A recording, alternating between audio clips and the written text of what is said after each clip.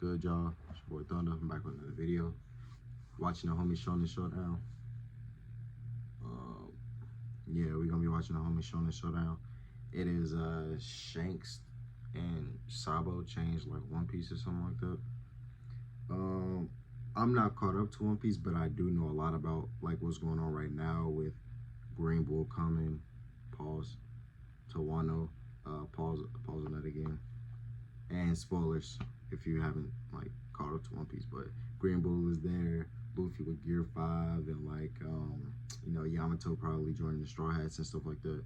So like I know a lot about what's going on. Luffy beat Kaido, things like that. So yeah, I guess this is gonna like talk more about it, probably like the latest chapters or whatever. But let's just get into the video. Listen, I did not want to be that guy. I did not want to have to come here and address the old debate of the Yonko versus the Admirals in One Piece. Here's your warning: if you are not caught up to the One Piece manga chapter 1055, please back out the video if you do not want to get spoiled, because we're going to get right into it. First of all, I just want to say I told you guys so. I told you about Shanks. Now, this is nothing crazy to me because I've already seen this coming. A lot of the hints that we have been seeing throughout the story have shown us that Shanks was a powerful hockey user. Like I said, Kaido had Shanks in his Fab 5. He is the only character left in Kaido's Fab 5 that happens to be alive. He was stopped on his way to Marineford by this very same Shanks. There's no way Kaido backed down to Shanks by conversation, because we already know that Marineford, probably the best arc in One Piece I've ever seen since I've been watching it. Probably one of the best arcs out of the big three, if not the best arc in the big three. Big Mom was talking to Kaido on the Den Mushi, telling him that she will pull up to Wano to take down Luffy and for him to back off, and he didn't even listen to Charlotte Linlin. The very same Charlotte Linlin that he has sailed the seas with on the Rocks crew. Kaido is an elite character. He's boxed against Gear 5 Luffy. We understand Kaido's power, and Shanks was able to stop him on the way to Marineford. Now, this is not the first time that Shanks has stopped somebody. If we go back to Marineford again and he first pulled up, how many people were stopped in their tracks by just his arrival? Everybody starts to make excuses for the Blackbeard crew, saying how, well, listen, they just took down Whitebeard, so they had to leave. We get all that. Blackbeard got the Gurgur no Mi, but he realized that he was not ready for Shanks yet. That tells me that Shanks is stronger than Blackbeard at that time already. Some people would debate that, but that's where I... No, the fact that you got two devil fruits, oof, I don't think that's... The fact that you got two devil fruits and you still scared to fight somebody, and you got the two strongest devil fruits. That's the thing, like, and you scared to fight somebody who don't got a devil fruit at all. It's kind of crazy, bro. That must mean he gotta be like on a different type of time. And like Shanks, the way that they build up Shanks is probably stronger.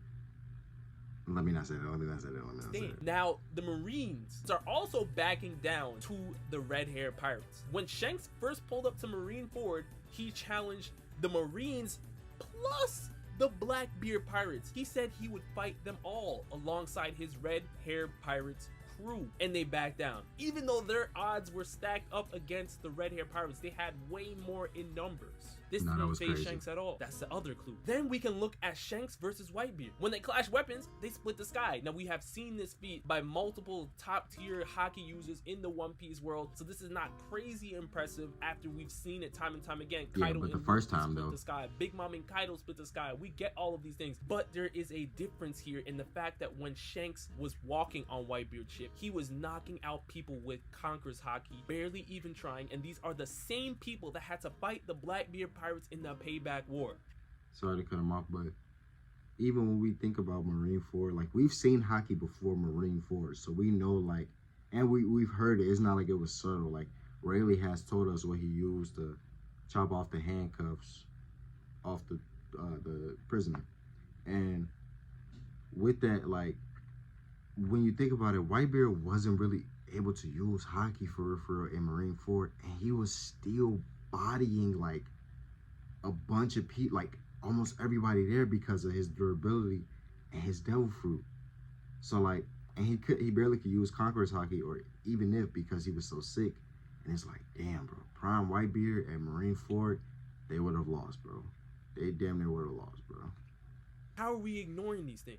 Then we can move on to Shanks' history. He has sailed the seas with Roger and with Rayleigh, the same Rayleigh who taught Luffy in hockey that was able to elevate Luffy's game to a point so high that he was able to box with Kaido. The same Roger that was boxing with Prime Whitebeard multiple times throughout the One Piece story. These are also the same Roger and Whitebeard pirates that have seen Odin, the same Odin that scarred Kaido. They made Odin look like he was garbage, just blowing in the wind. He was low tier. This is how Roger and Whitebeard made Odin look. This is how powerful they were. Shanks saw this firsthand. He was in the fights, and he has modeled the red hair pirates after the Goldie Roger crew. And this is why I believe Shanks is the strongest haki user in the One Piece world. I've said this before chapters 1054 and 1055, and now it is solidified to me, because for the first time ever, we have seen an admiral turn his back and run just by the mere presence of Shanks. We've seen Admiral stop. We've even seen Ben Beckman, Shanks' right-hand man, stop Kizaru in his tracks. A lot of people made some points up about how Kizaru still continued to pursue Luffy after Ben Beckman stopped him in his tracks. To me, the fact that he made Kizaru pause should still be a credit to his power. Making Kizaru pause is insane because Kizaru was boxing against Rayleigh. Now again, this is old Rayleigh, he's out of his prime, but still that is an impressive feat. And this is the same Kizaru that said he was going to pull up on Big Mom and Kaido. He wanted to pull up to Wano, but now we see what it looks like when an admiral pulls up to Wano, right? But we'll get to that later, because now we have to discuss Sabo. His power is looking... Hold on, so he just showed the manga panel. Was that Green Bull that he just made run away like that? Because if so, that's crazy. Because did we even get to see like Green Bull's, like, did we even get to see him box, or did he just get the Wano and then he just got frightened by Shanks? Like, what just happened, bro? That's wild.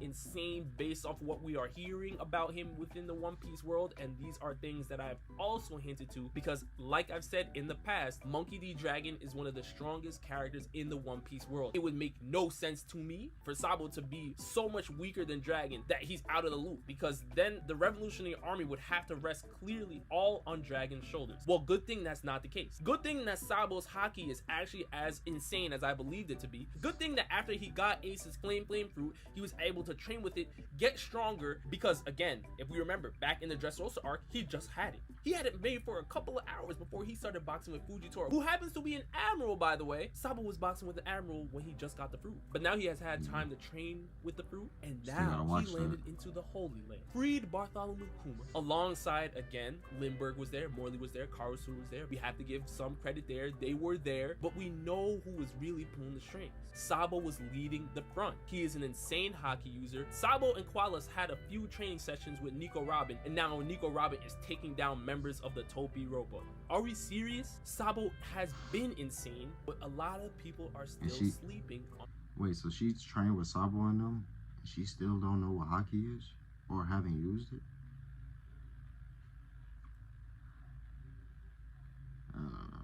His power. Well, let's talk about how Fujitora and Aramaki were at the Holy Land to stop Sabo. Now we understand you're in the Holy Land. The celestial dragons are all around the place. You cannot cause too much damage. But to me, that is no excuse, because in the eyes of a Sakazuki, you cannot make excuses if there are two admirals present. Even if you have to hold back damages a little bit, again, there are two admirals there. If Sabo was able to escape plus rescue Kuma while there are two admirals in the same vicinity, that is an L on the admirals. Sabo is now called the Flame Emperor by Morgans in the newspaper. Sabo now has more notoriety than Monkey D. Dragon. At what point are we gonna start giving Sabo his flowers? At what point are we gonna start giving Shanks his flowers? I've seen too many people talking about how Shanks is the weakest Yonko because we haven't seen feats, even though to me there were hints throughout the entire story, which I've been stating for years.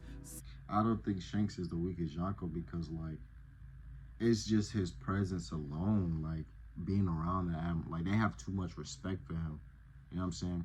Like he just said, when Kizaru just said that he would pull up on Big Mom and Kaido and Wano. Not saying that he would do anything for real, but if they were saying that about Shanks, I don't think he would be saying that. You know what I'm saying? I don't think he would be saying that, bro. So, Same with Sabo. Now let's talk about the admirals, because you know it's time to really dive in on these Yonko versus Admirals. And where's conversation.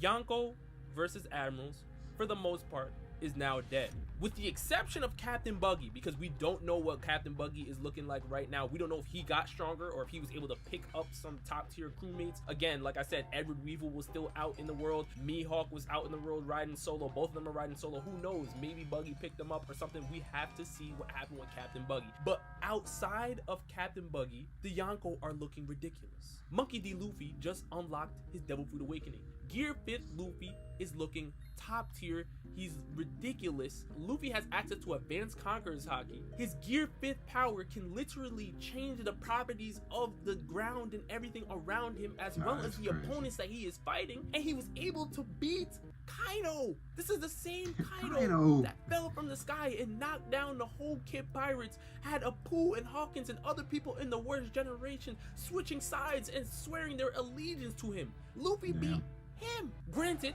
Kaido fought a lot of people. He fought the 9 Scabbards. He fought a lot of the worst generation. So can you argue that maybe Luffy beat a weakened Kaido? If you want to make that case, I'm not going to argue you. But I will say that Kaido did not suffer as much damage from the others as he did with Luffy. That we have to give credit for. We could talk about Big Mom. Law and Kid together in a duo defeated Big Mom. Now we understand that Law, to me, has carried more in that fight because his Devil Fruit Awakening did a lot more damage, and Law even pointed it out. He was saying how Kid was literally stealing off of his moves. But we can't sleep on Captain Kid's presence in that fight as well. His Devil Fruit Awakening, able to switch to poles, the railgun. Captain Kid looked amazing in that fight as well. But what it really points to me is that this is the same Captain Kid that when he pulled up on Shanks, he lost an arm. When Kid pulled up on Kaido, he didn't lose anything. When he pulled up on Big Mom, he didn't lose anything. Shanks, he loses an arm. These are the things that I'm trying to point to. Shanks has always been highlighted as a person that you are not supposed to mess with. Every time Shanks is brought up, everyone is running. The only people we have not seen specifically run from Shanks would be Akainu and Old Whitebeard. Now again, you can make a case that if you want to say that Akainu can keep up with Shanks, I don't know. Hey, I don't like the thing with Akainu, bro. It don't matter if he weaker or stronger. If Akainu need to get some business done, he's gonna try to get it done. So, you know, and then as the fleet admiral right now, he gotta have his business done. You know what I'm saying? So that I can respect Akainu for. Like, he's gonna box with whoever. You know what I'm saying? So respect him. Where you sit with that necessarily, but where I sit with that is I believe that Shanks is the #1 hockey user in the world. So Akainu has to show me some hockey feats for me to even put him in the conversation. That's where I'm at right now, because according to Kaido's words, hockey mattered. Roger was able to make the world heal as a pure hockey user. These are Kaido's words. I'm not saying Akainu doesn't have hockey, because we've seen it in the Marineford War, but I need to see, does he have conquerors? As a fleet admiral, I think you would need conquerors to even keep up with Shanks. And do you want to know why? Because Shanks had Aramaki running from Wano with just a little taste of his conqueror's hockey. I mean, that is one of the craziest feats we have ever seen from Shanks. He has admirals running around the place not knowing where to go. Now people may be saying, well, Rob, that feat is not as crazy because Aramaki is one of the sorriest admirals of all time. And with that, I mean, listen, Momonosuke just got on the field like yesterday, and he's telling Yamato, hey, listen, watch out. I got this. I need to prove to you guys that I can protect Wano when you're not here. Let me fight Aramaki. Let me box with Green Bull. And he starts landing Bolo Breath on Green Bull. Aramaki is looking terrible. He's looking down bad. And listen, I have to respect the forest fruit. It can obviously suck the nutrients out of a lot of the combatants. But you're beating up on a weakened 9 Scabbards. You're beating up on a weakened king, a weakened queen. I mean, the nerve of Aramaki to pull up to Wano thinking like he's really gonna run it when he did not have anything really set. And it's so awful that Momonosuke is using him as practice. It is bad for the admirals right now. It is very, very bad. Sabo was able to escape Fujitora and Aramaki. Then Aramaki goes to Wano and he starts running from Shanks. He doesn't even see Shanks. He just feels the presence of Shanks' hockey, and that's enough to make him quit. Yonko versus Admirals is dead. That conversation is done. Outside of the fleet admiral, that is the only admiral that you should be talking about when you're bringing up Yonko. Again, there's exceptions, and the only exception I can think of is Captain Buggy. Maybe he found one of the ancient weapons. We don't know what's going on with Captain Buggy, but outside of Captain Buggy, if you are an admiral, it's tough. It's tough. You guys let me know down in the comment section below, man. Where do you have Sabo? Where do you have Shanks? You know me, man. Like I said, Shanks is #1 in the verse. Sabo made a strong case to be in the top 10. Automatically top 15, but he made a strong case for the top 10. You guys let me know down in the comment section below. And with that, I'll see you next time. Okay, so here's a couple things. That was a nice video. I think Buggy, you know how they be trolling about how Buggy not using his full potential? Something tells me that Buggy has been bullshitting this whole time, and he actually knows how to fight. You know, I think he has hockey and like stuff like that. I think he's been trolling. What is that true? I don't know, but something tells me that's the case. As far as everything else goes, Shanks being #1 in the verse, I feel like that's not hard to say. Like, that's not like a bad take because of how things are going down. Honestly, man, I just don't know. I don't know what's gonna happen. This is the end game, man. We are in the final saga of One Piece, bro. It's like, I don't know what's gonna happen, bro. But that was a good video, man. Make sure y'all like, subscribe. It's your boy Thunder. I'm out. Wait. Also, if y'all do have information on this, where is Aokiji after? Like, where did he go after Punk Hazard? Like, what happened after that? Like, is he just like on his own now? Like, I know he's not an admiral anymore, but like, what does he do now? So if y'all can let me know that, then that'd be nice. But it's your boy Thunder, man. I'm out. Baby, she won't stay with me. I've been getting to that money, cannot lay with me. And you know we stay with K, so but don't play with me. And you know I ain't the shit, a little bro gon' spray for me.